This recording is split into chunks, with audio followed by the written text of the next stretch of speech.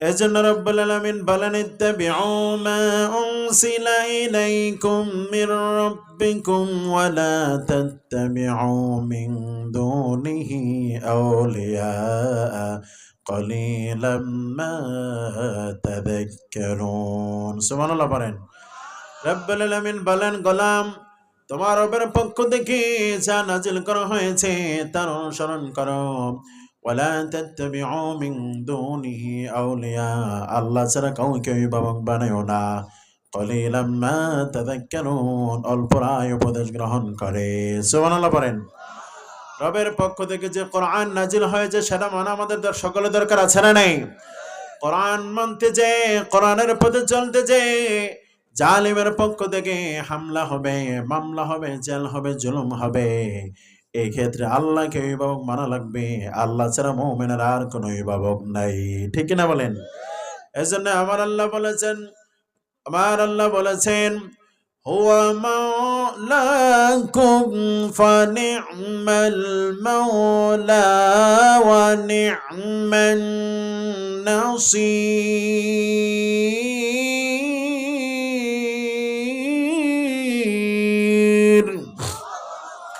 আমার আল্লাহ বলেন, ও গোলাম, হুয়া মাওলাকুম, আমি আল্লাহ তোমাদের মাওলা, হুয়া মাওলাকুম, তিনি তোমাদের মাওলা।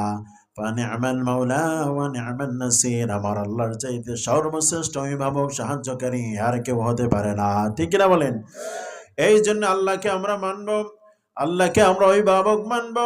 যারা আল্লাহকে অভিভাবক মানে না তারা হচ্ছে মাকড়সার মতো দুর্বল। আমার প্রিয় ভাইরা, তাদের সামনে যদি তাকবীরের আওয়াজ শোনা হয় তাদের কলিজায় কাঁপুনি শুরু হয়ে যায়। কথা বলেন ঠিক কিনা?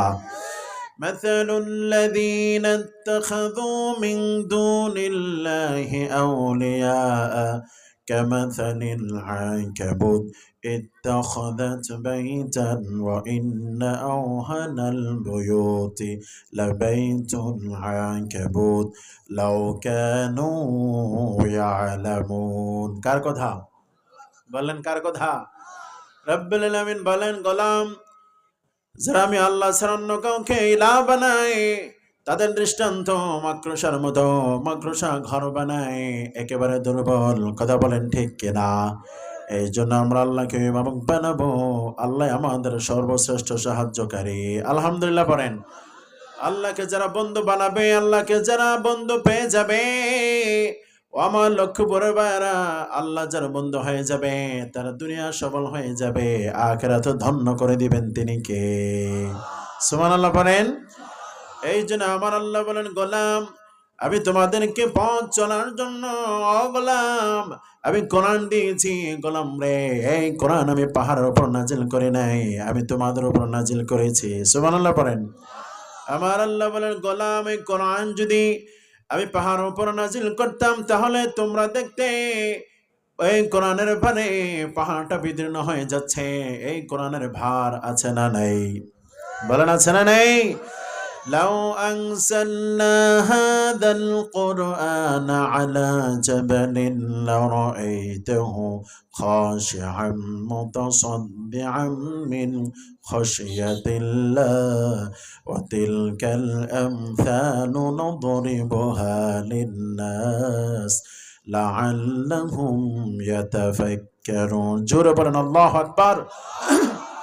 এই কোরআন আমাদের সকলের ঘরে ঘরে আছে না নাই? কোরআন ঠিকই আছে কিন্তু কোরআনের তেলাওয়াত নেই। কোরআন ঠিকই আছে, কোরআনের আইন ও কানুন মানা হয় না।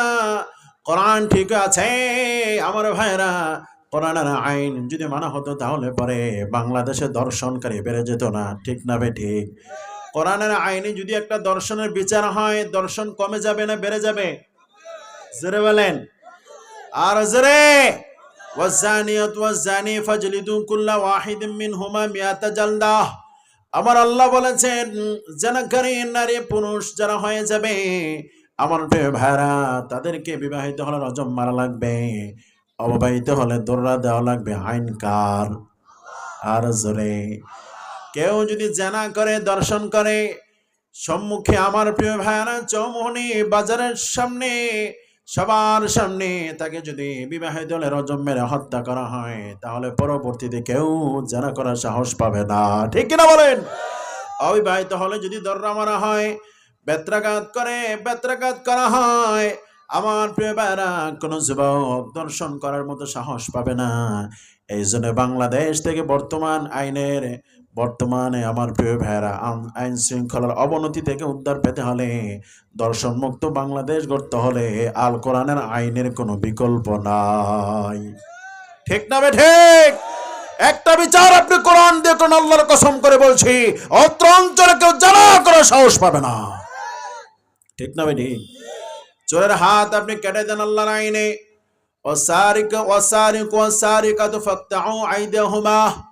আমার আল্লাহ বলেছেন, গোলাম, চোর এবং চুন্নির হাত কেটে দেওয়ার জন্য কেউ যদি চুরি করে, বড় চোর আর ছোট চোর আছে না নেই?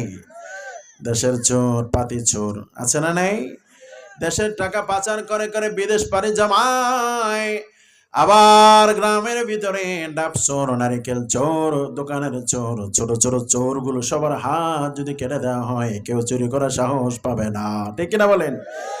এই জন্য অন্তর্বর্তী সরকারের কাছে আমার একটা অনুরোধ থাকবে, আবেদন থাকবে, বর্তমানে অরাজকতার এই পরিস্থিতিতে জানাবে বিচার দর্শন বন্ধ করতে হলে আল্লাহর আইন চালু করে দিন। আল্লাহর কসম করে বলছি, পরের দিন কেউ জানা করবে না।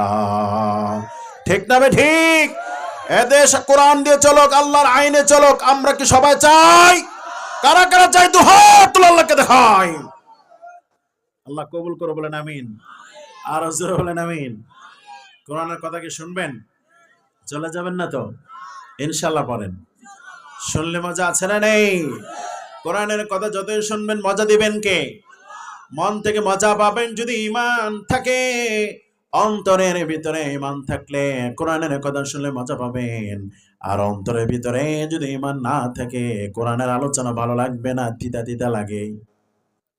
এর কথা কয় না? ঠিক না ভাই ঠিক? শরীরে যদি জল লাগে, মিষ্টি লাগে না তিতা লাগে?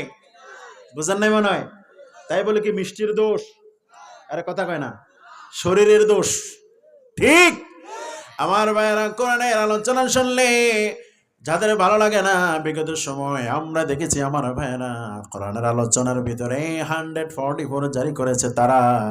শরীরে রোগ আছে যাদের। ঠিক না বে ঠিক প্রিয় ভাইয়েরা? এই জন্য আমার ভাইয়েরা অনুরোধ করে বলবো, আমরা মুমিন, আমরা কোরআন শুনতে চাই যে কোনো মূল্যে, ইনশাআল্লাহ।